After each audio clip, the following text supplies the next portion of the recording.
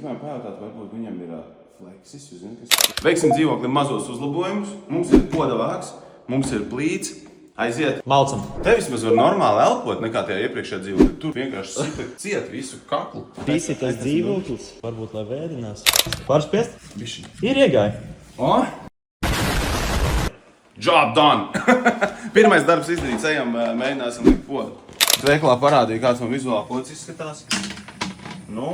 Ideāli, ne? Normāli. Ne, vienkārši, lai nav portāls atvērs. Zin kā, riebīgi izskatās, man neizskatās. Pēc Feng Shui saka, ka toalets podas vāks ir jātur vienmēr ciet. Nav labi, pie poda sēž un nevaru noskrūvēt bleķi. Iešu pie kaimiņa. Moši viņam ir fleksis, jā. Jāiepazīstās. Cerams, viņš ir mājā. Dien. Labdien. Bija tas kungs šeit. Mēs gribējām pajautāt, varbūt viņam ir fleksis. Jūs zināt, kas tas ir, ko nozādīt? Zinu, kas tas ir. Man tur divas metāla tādus stienīšus vajag nozādīt. Vai arī metāla zāģīts varbūt. Podu jau tur ir. Cerams, ka vēlas nozādīt to. Ko veicīt, mums ir zāģi.